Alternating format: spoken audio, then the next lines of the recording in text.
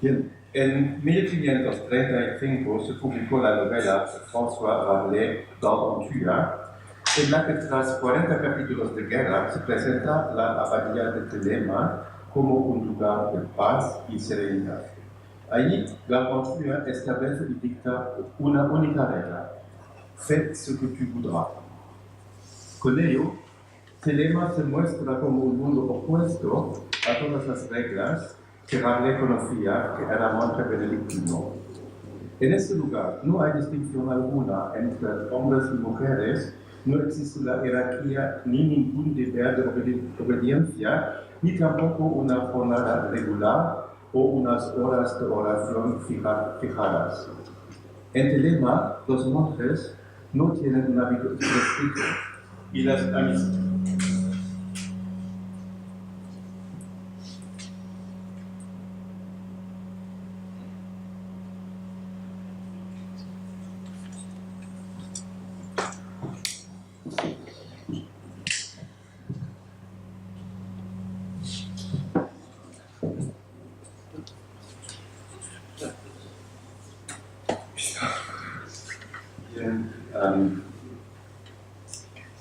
Entonces no hay hábito prescrito y las amistades pueden llegar a convertirse en matrimonios una vez se abandona el monasterio.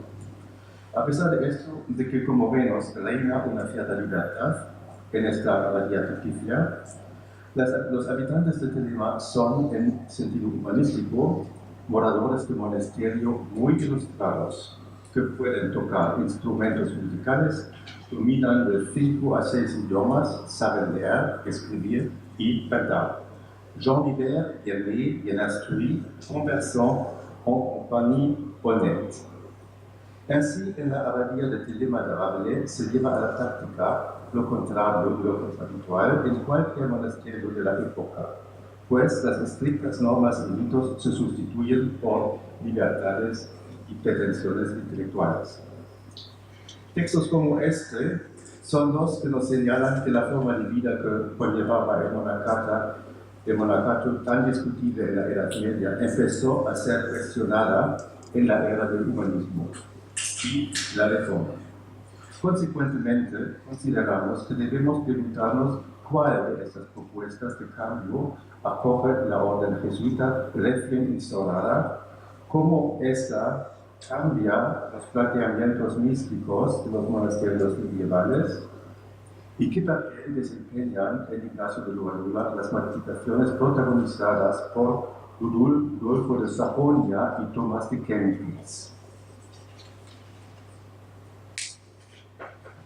Como es sabido, la contemplación de imágenes como punto de partida para la meditación desempeña para los jesuitas un papel fundamental. En el siglo XVI, la argumentación a favor de las imágenes en el contexto religioso debe entenderse siempre en oposición a la reforma.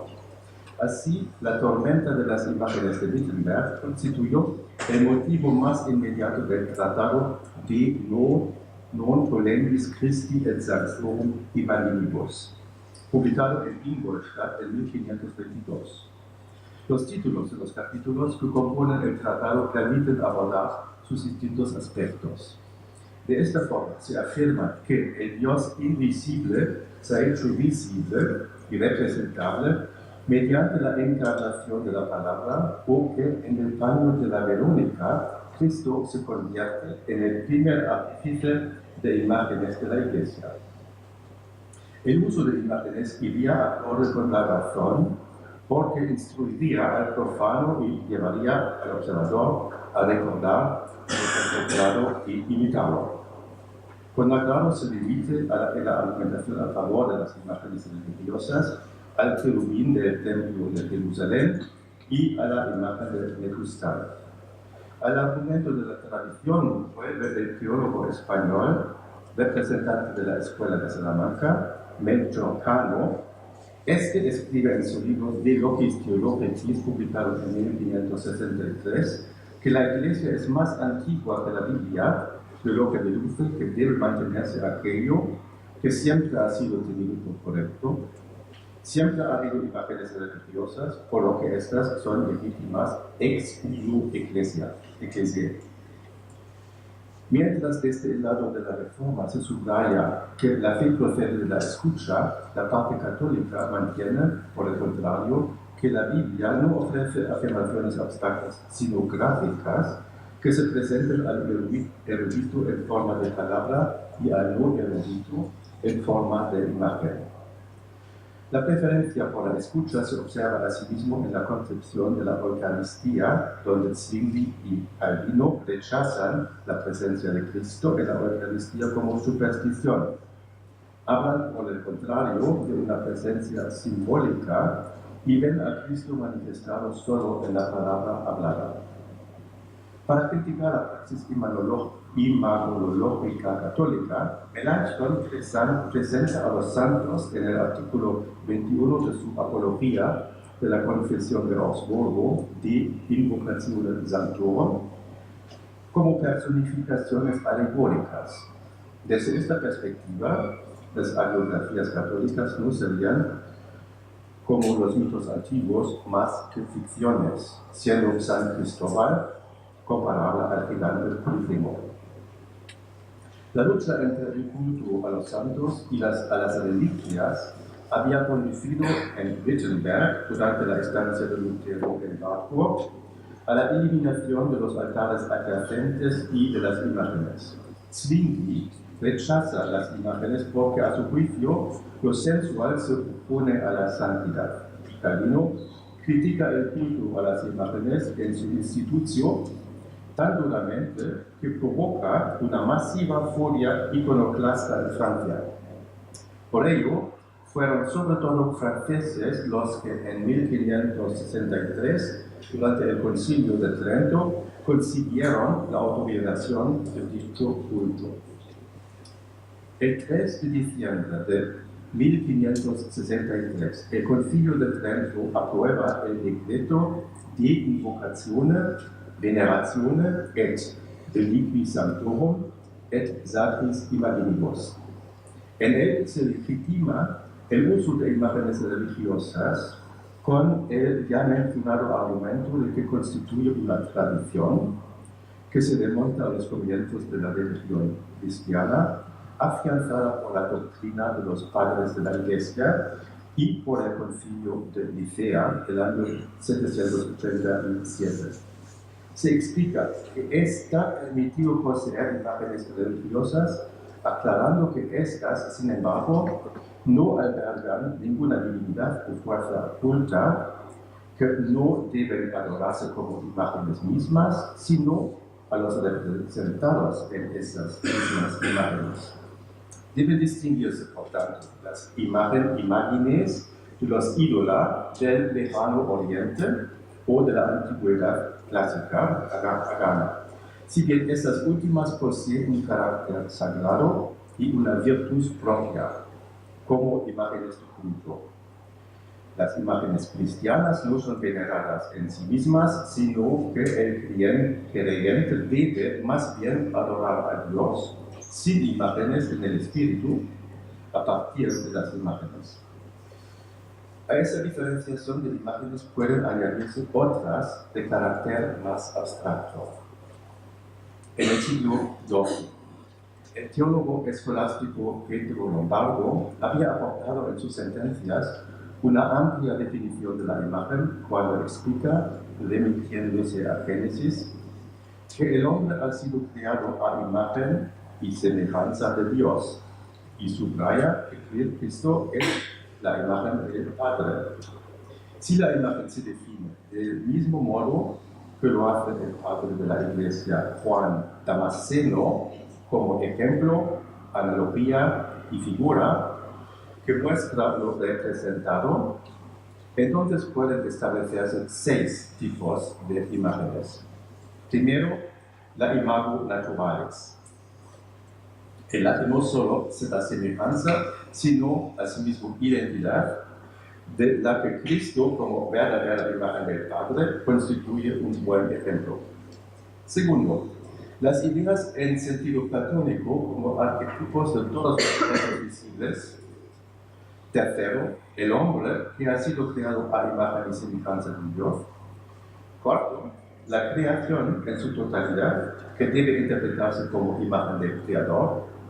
Quinto, las cosas como, por ejemplo, la zarza ardiendo a través de la que Dios anuncia a Moisés, acontecimientos futuros. Y solo en sexto lugar, letras, pinturas o artes plásticas que representan algo de forma gráfica. En sus oraciones contra los que calumnian las sacras imágenes, hace hincapié en que no puede haber ninguna imagen de Dios invisible e incorpóreo, sino sí de Cristo, hecho hombre, y de María.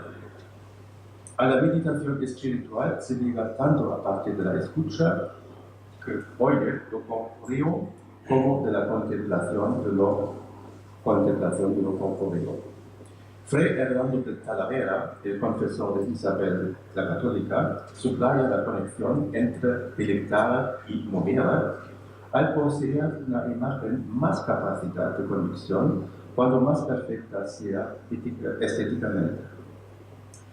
Ya el Papa Gregorio Magno vio en las imágenes los libros de los incultos, nam quod legentibus scriptura hoc idiotis prestat scriptura sermentibus. Las imágenes pueden poseer con todo solo una función de ayuda, dado que el observador debe conocer con anterioridad lo que ve. El contenido de una imagen en general solo puede reconocerlo, no inferirlo. El concepto amplio de imagen, que procede del concepto de imitación, puede trasladarse a actitudes similares y es aplicable a las imágenes de portada de la Imitatio Christi de Thomas de Kempis, cuando el lector imita a Cristo tomando su propia cruz. Con todo, el teólogo de Ljubljana, Johannes Molanos, destacó en su tratado sobre las imágenes de Cristo y los santos, De Picturis e Imaginibus Sacris, que estas no solo sirven a la enseñanza, el recuerdo o la representación de la represión de la herejía, sino que exportan a la imitación. Las disputas en torno a las imágenes tienen un precedente en el reino bizantino de los siglos VI y VII. Allí, la imagen cristiana se convirtió en icono que hacía al santo representado presente y que podía recibir la adoración destinada a él. Con ello se hacía comparable a la reliquia, que también representaba al santo y como pars pro toto podía facilitar su ayuda. Como la reliquia, el icono posibilita asimismo la intercesión del santo más allá de su vida. Con el icono que se lleva como un amuleto pegado al cuerpo, el santo está presente en cualquier lugar. Si el icono se cuelga sobre la puerta, protege el lugar. Contra esta concepción de la imagen se manifiestan los iconoclastas en el periodo comprendido entre el año 726 y el 843, que rechazan la tradición de semejantes desviaciones. Los iconodúlidos les reprochan influencias judías e islámicas. Admitida la imposibilidad de representar a Dios, veían en la representación de Cristo como hombre posibilitada por la encarnación. En efecto, el judaísmo puede remitirse a la prohibición de imágenes del Antiguo Testamento. No tendrás otros dioses, no te harás escultura ni imagen alguna de lo que hay arriba en el cielo, no te inclinarás ante ellas ni las honrarás.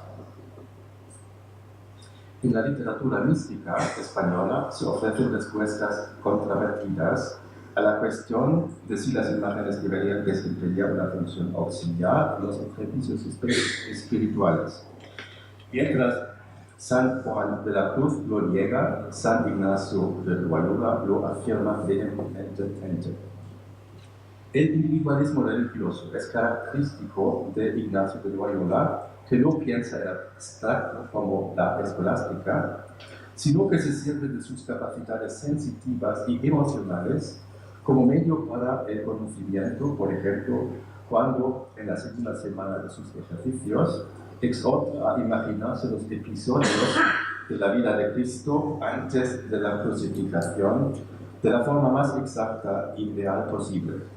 Ignacio lo formula así: considerar lo que Cristo nuestro Señor padece en la humanidad o quiere padecer según el caso que se contempla. Y aquí comenzar con mucha fuerza y esforzarme a doler, estar y llorar. Puede afirmarse que Ignacio, teniendo en cuenta la limitada capacidad humana de abstracción, construye fuentes haciendo comprensibles estas abstracciones mediante imágenes. Algo similar practica su discípulo Jerónimo Nadal cuando en sus anotaciones y meditaciones en Evangelia, publicadas de forma póstuma en Amberes en 1595, añade imágenes para facilitar la meditación. Los jesuitas se sirvieron también de imágenes para su labor misionera en Latinoamérica en el siglo XVII, repartiendo xilografías devotas para ilustrar sus prédicas. Las misiones y la instrucción cristiana eran ambos objetivos de la orden jesuita. En el proyecto de la orden jesuita que Ignacio y sus compañeros presentan al Papa, se dice que ésta se fundó, cito, para fomentar en las almas una vida de enseñanzas cristianas y para propagar la fe a través del servicio de la palabra, de los ejercicios espirituales y de las obras de amor, instruyendo al prójimo, sobre todo a niños e ignorantes, a través del cristianismo. El objetivo de la orden jesuita es, por lo tanto, doble. El fin de esta sociedad consiste no solo en estar libre para la salvación y lograr la perfección de la propia alma, por la gracia de Dios, sino en obrar encarecidamente para la salvación y perfección del prójimo. Así, mientras el benedictino medieval se retiraba en su monasterio para favorecer con calma la salvación de su propia alma, el jesuita se relaciona con los demás. Los jesuitas se alejan de la práctica pastoral y ascética del monacato medieval. Y es que la uniforme vida monacal basada en la pobreza, el celibato, el silencio, la soledad y la obediencia sirven al establecimiento de la serenidad del ánimo. Según San Gregorio, antes de que el hombre pueda contemplar el bien verdadero, tiene que haber ocurrido una purificación. Cito: ya que cuando Dios os creó, dado a vuestra naturaleza de esta maravillosa habilidad, Dios inculcó a su propia naturaleza la viva imagen de la magnificencia, de la misma manera que se modela una figura de cera. No solamente hay distintas intensidades de la unión mística, sino también distintos accesos a esta práctica personal del cristianismo.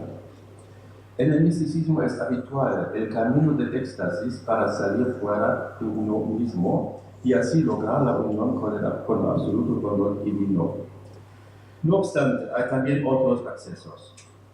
Reflejarse en la vida de Jesucristo para asemejarse a Él en todos los sentidos y llevar así una vida devota con la que llegar a la perfección cristiana, es también una práctica que tuvo una gran aceptación y que acabará en la imitación Cristo. Ya en la filosofía antigua precristiana, Platón había presentado en Fedro la ascensión del alma hacia la idea de la belleza, la idea suprema. Podemos encontrar más ejemplos de Platón, pues en efecto en el mito de la caverna, el filósofo que había abandonado la caverna y visto la idea suprema, se vio obligado a volver a instruir a aquellos que se habían quedado dentro de la caverna. Igualmente, el neoplatónico Plotino habla del uno, un todo con el que el filósofo se unirá, solo después de haberse separado de la sexualidad y de la vida terrenal, y lo acabará consiguiendo tras experimentar una fase de catarsis con la que podrá seguir la iluminación. Mientras que en la antigüedad con Platón y Plotino, la finalidad de la unión mística es el conocimiento de unas entidades sin imagen y un acercamiento a unos conceptos abstractos, estos siempre superiores, el cristianismo da forma a elementos místicos usando la figura concreta de Jesucristo. Así se dice sobre el bautismo en Romanos 6:3. Tenéis que tener algo claro sobre lo que ocurrió con vosotros en el bautismo. Los que por el bautismo nos incorporamos a Cristo fuimos incorporados a su muerte. Por el bautismo fuimos sepultados con Él en su muerte y para que, así como Cristo fue resucitado entre los muertos por la gloria del Padre, así también nosotros recibimos el regalo de andar en una vida nueva. Por tanto, si hemos muerto con Cristo, creemos que también viviremos con Él la resurrección. Citemos también lo que se comenta de la comunión. El recibimiento del Padre divino en su nombre se corresponde con la participación mística en su vida, cuyo presente y futuro parousia celebra la cristianidad en el sacramento, es decir, como misterio. Y no es también una experiencia mística la que tuvieron los discípulos al ver a Cristo resucitado, como se encuentra en la segunda epístola de Pedro. San Juan evoca otra imagen mística cuando cita el mandato de Jesús: permaneced en mí y yo en vosotros. Y menciona la uva que solamente puede llevar fruto si permanece en la vid. Y en San Pablo se dice: ya no vivo yo, mas vive Cristo en mí. En otro sitio también se pide que cada uno piense, cito, como hubo pensado también Jesucristo. Con ello, la vida cotidiana de Jesús recibe un potencial místico para aquel que se dedique a ello. Refiriéndose a esta mística, el padre de la Iglesia de principios del siglo VI, Dionisio Areopagita, enuncia, cito: alcemos la vista a Jesús, al rayo bienaventurado divino, y subamos un nivel cada vez superior. Entonces estaremos iluminados con el saber. Entonces las cosas vistas no solo nos permitirán entrar en la ciencia mística, sino también nos harán modelos para otros. Es decir, no hay que quedarse en la mera contemplación, también hay que actuar y servir de ejemplo.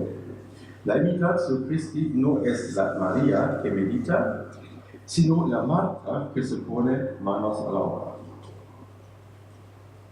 En sus ejercicios espirituales, Ignacio de Loyola también hará de Jesús el centro de su reflexión.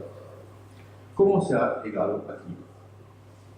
El treintañero Ignacio, cuando se estaba recuperando de su grave herida en Pamplona, quería leer novelas y caballerías, pero en ausencia de estas, recibió la edición en castellano del libro de 4 tomos, La gran vida de Jesucristo, del cartujo Ludolfo de Sajonia, 300 hasta 378.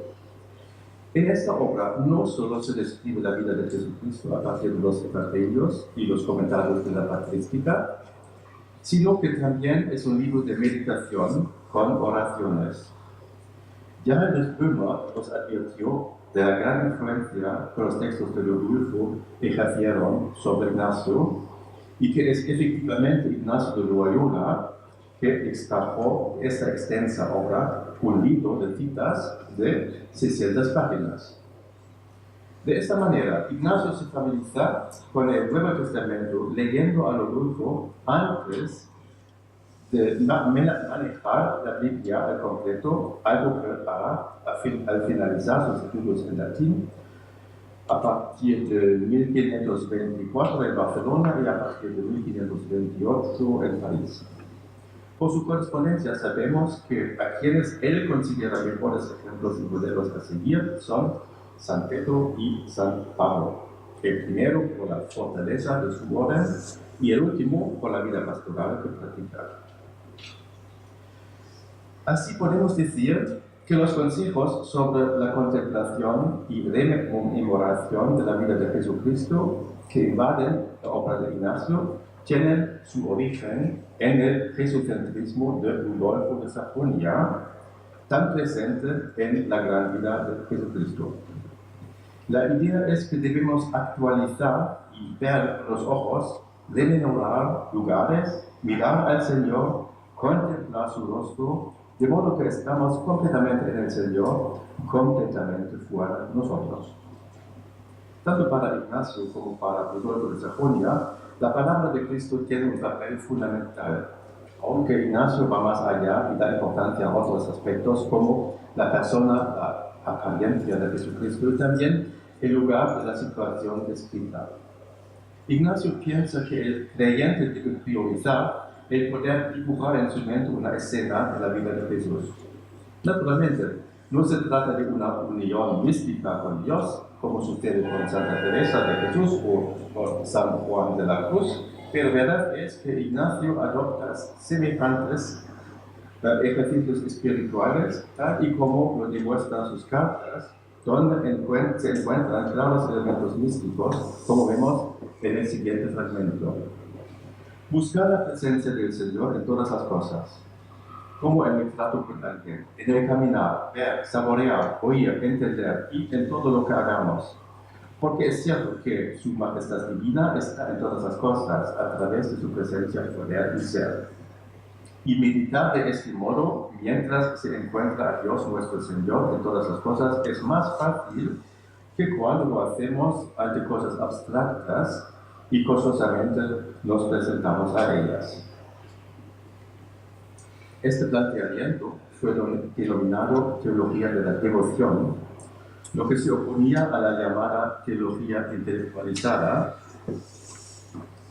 Nadal llama a Ignacio contemplativus in actione y con ello pone de relieve que no quería fundar ninguna orden puramente mística.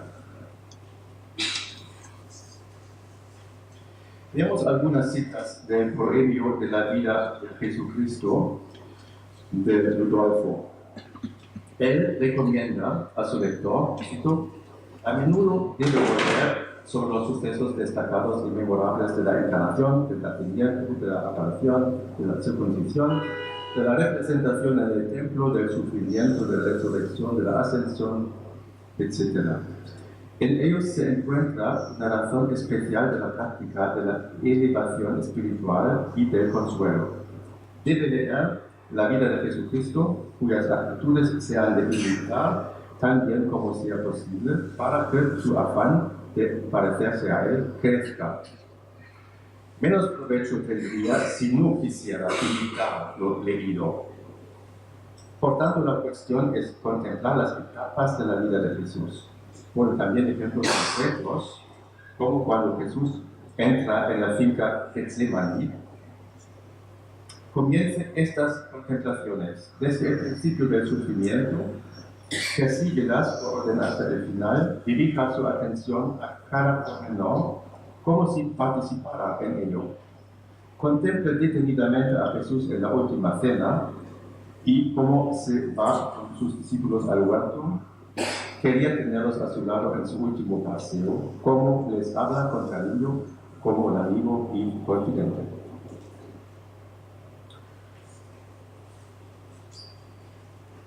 Como vemos, se considera que el mejor camino para aprender las virtudes de la justicia, de la moderación, de la prudencia, es fijándose en la vida de Jesucristo.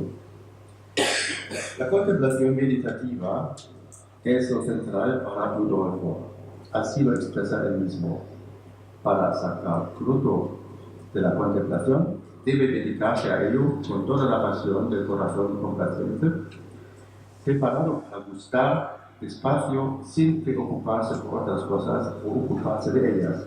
Hay que atender a lo que se dice o se hace a través del Señor Jesucristo, reparar en lo que se cuenta al respecto, como si estuviese presente. Lo mismo apunta Ignacio al principio de los ejercicios espirituales. El saber mucho no sacia y satisface el alma, sino el sentir y el buscar las cosas internamente. Y sobre el primer ejercicio preparatorio que es la misión del lugar, añade, para ello hay que fijarse en alguno perceptible, como por ejemplo Cristo nuestro Señor, que es visible, contemplar el sitio físico y meditar para llegar a imaginar el lugar donde se encuentra el objeto. Denomino sitio físico, por ejemplo, a un templo o una montaña en el que se encuentra Jesucristo o Nuestra Señora, conforme a lo que se quería contemplar. Y de esta composición de la imagen da ejemplo concreto el nacimiento de Cristo.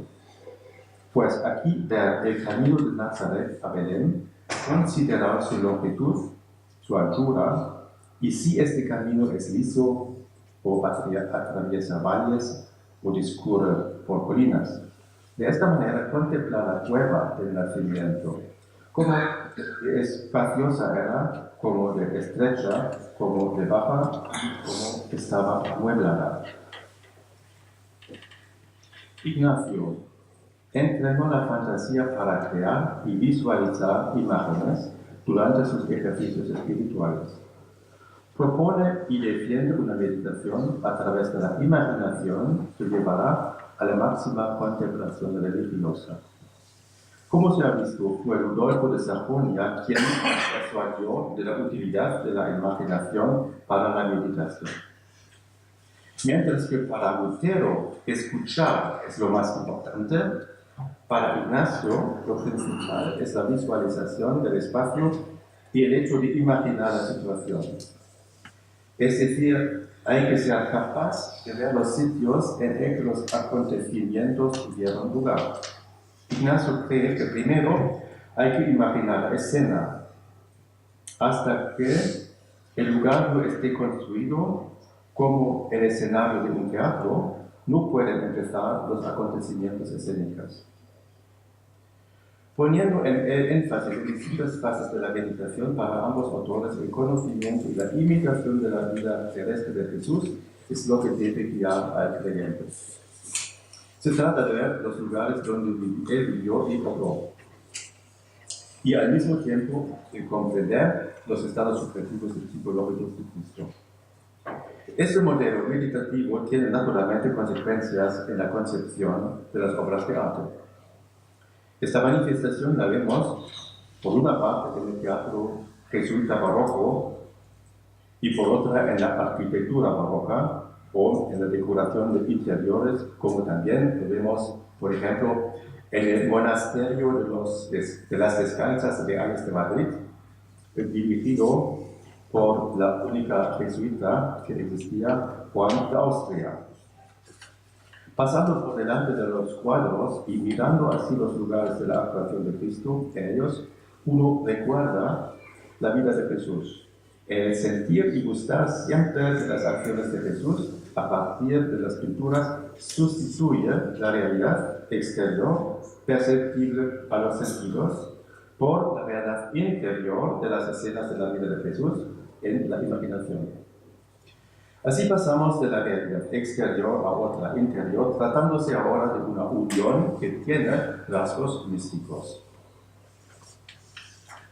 Que la vida de Jesús es el centro de toda meditación también lo expresa el nombre de la orden jesuita, que fue confirmada por el Papa en 1540 con la bula Regimini Militantis Ecclesiae.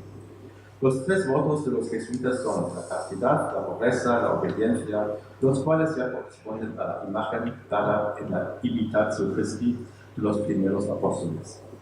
La obediencia, sobre todo ante el Papa, tiene el mérito de liberar a los jesuitas de las preocupaciones de la vida. Y es esta obediencia la que une toda la comunidad jesuita dispersa por el mundo entero. Hay algunas características de la orden de los jesuitas que la alejan de las demás. Por una parte, esta movilidad de los círculos jesuitas frente a la stabilidad de las órdenes anteriores, algo que Nadal sintetiza así: no somos montes, el mundo es nuestra casa. Por otra parte, el renunciar a la oración matutina, a la música religiosa festiva, al hábito y al ayuno reglamentario. Vamos ya en la dirección de la abadía de Telema de Rabelais descrita al principio. Es algo también exclusivo de los jesuitas. No obstante, Ignacio conserva la jerarquía del papado y la obediencia a la iglesia oficial. Otro libro que más tarde se hizo importante para Ignacio fue la Imitatio Christi de Tomás de Kempis. También en esta obra, de indudable influencia por su vasta divulgación, más de 750 manuscritos traducidos a más de 100 lenguas, con 3.000 ediciones, se recomienda la imitación de Jesús, del Jesús histórico. Debemos destacar que con la formulación de este tipo de imitatio morum no es nada nuevo, pues ya en la antigüedad se hablaba de la imitatio Alexandri, y en el Evangelio de Juan se dice: yo soy la luz del mundo, y el que me siga no caminará en la oscuridad, sino que tendrá la luz de la vida. Central se hizo la idea de la imitación de Cristo también en la devoción moderna de Gerardo Wolff, renacida en los Países Bajos. Este reformismo dentro del catolicismo mostró en la Europa de los siglos XVI, XV y XVI un cambio que no era para toda la Iglesia en su conjunto, sino para los creyentes a modo individual. Lo que conllevaba al mismo tiempo un rechazo de lo externo y un regreso a la interioridad de la vida. La devoción moderna se aleja de la teoría escolástica y se acerca a la cotidianidad y a la experiencia en la activación de la afectividad y del autocontrol. Es en una vida cotidiana virtuosa donde la imitación debe probar su eficacia. Tomás de Kempis se dirige a los laicos y no al clero cuando pide que debemos vernos nuestro mayor objetivo en estudiar la vida de Jesucristo. El objetivo es llevar una segunda vida de Jesús. El cliente debe, cito, aspirar a que toda su vida se vuelva una segunda vida de Jesús. La imitación guía al creyente para que emprenda un viaje introspectivo a partir de sentencias de la vida espiritual. Según lo que se recomienda, hay que evitar lo exterior, también el afán de saber. Dirígete al Señor y dirígete a Él con todo el corazón. Abandona este mundo miserable con tu alma y tu alma encontrará la paz. Aprenda a desdeñar lo exterior, aprenda a estimar en mucho lo que te puede poner en tu sitio y verás venir el reino de Dios en tu corazón. En España, el benedictino García Cisneros divulgó la devoción moderna con su Ejercitando, obra que escribió tras sus misiones diplomáticas en Francia, donde coincidió con representantes de la devoción moderna. Primero fue prior y después pasó a abad de Montserrat, lugar en el que también hizo una estancia Ignacio de Loyola y donde se hizo conocido con la devoción moderna. En resumen, la abadía Telema de Rabelais surge como modelo de la necesaria innovación de las órdenes y de los monasterios en el Renacimiento. La orden jesuita realizó parte de esta innovación con su renuncia a las horas de oración, al hábito, así como también con su preferencia a la movilidad que a la stabilidad. Sin embargo, siguió fiel a otros aspectos como la jerarquía, la obediencia y la no emancipación femenina. Mientras que el monje medieval, mediante una vida uniforme, tenía el objetivo de lograr su salvación y la perfección de su propia alma, los jesuitas se pusieron como objetivo servir a la salvación y a la perfección del prójimo. Y el camino para lograrlo era imitando a Jesucristo e instruyendo a los demás, para que también se reflejaran en los actos de Jesús. Sí, en la antigüedad para Platón y Plotino la visión mística era aún abstracta, ahora está completamente relacionada con la vida de Jesús y con la contemplación de las imágenes de la vida de Jesús. Ya en el Nuevo Testamento se propone esta imitación cuando se dice que cualquiera puede actuar como Jesucristo, algo que también encontramos en los sacramentos cristianos como el bautismo y la comunión.